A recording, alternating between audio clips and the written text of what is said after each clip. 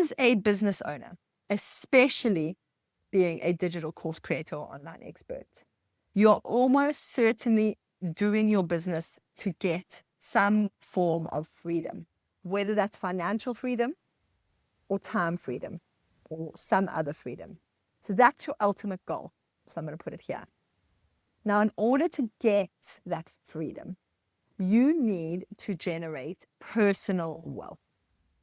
Personal wealth will support the freedom that you seek. So you need to generate some personal wealth to get the freedom that you wish to have. How does your business support that? Well, your business needs to be making consistent, predictable profits. And when it's making consistent, predictable profits, you can generate personal wealth and you can get that freedom that you seek. So, what every business owner does is they focus on making sales. Sell, sell, sell. Launch again and again. More launches, more products. You think, right, if I keep launching, if I keep adding more, if I keep making more sales, it's going to give me that profit so I can have that wealth and get that freedom.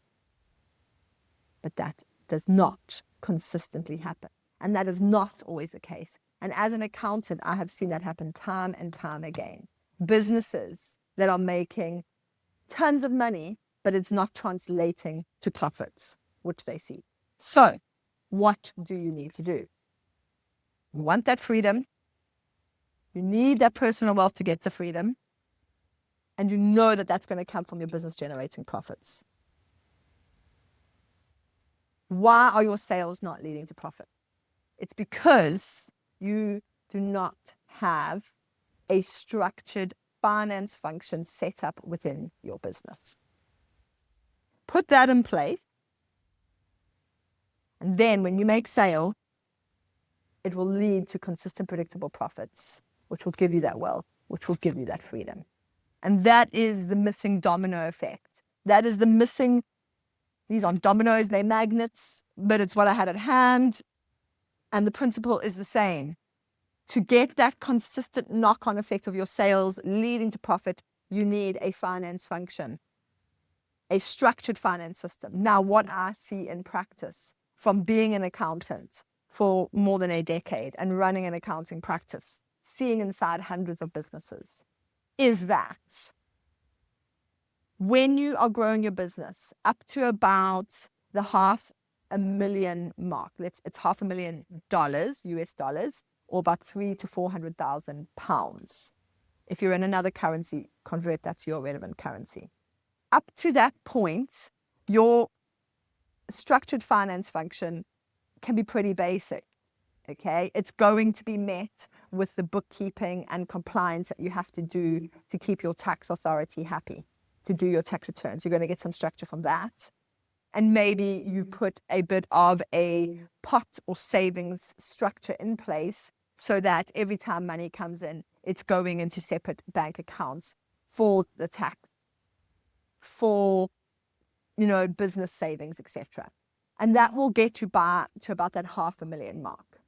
But the moment your business goes over that $500,000 mark, and if you want to keep growing it to the 7-figure business, having only your compliance, your bookkeeping, and only a bit of like a bank organization system, it's not going to be enough to support you to keep making that consistent profit. Okay? So you need to put some structure in place. And there are 5 key pillars as a digital course creator that need to exist in a structured finance function for it to lead to consistent profitability. And the whole point here is we want to make sure that when those sales come in the door, we are able to make informed business decisions that ensure that those sales become profit and it doesn't just leak away. Now, last week, I did a deep dive on this. So go and look at that video. I'll put it up here on the screen so you can have a watch of it, where I do a deeper dive into exactly what is included in those 5 pillars that you need in your finance function. Have a watch of that. And if you would like to have an idea of where your business is, how structured it is, I will also pop in the comments below a link to a quiz that you can take, a 2-minute quiz that'll tell you how you are doing with your finance function.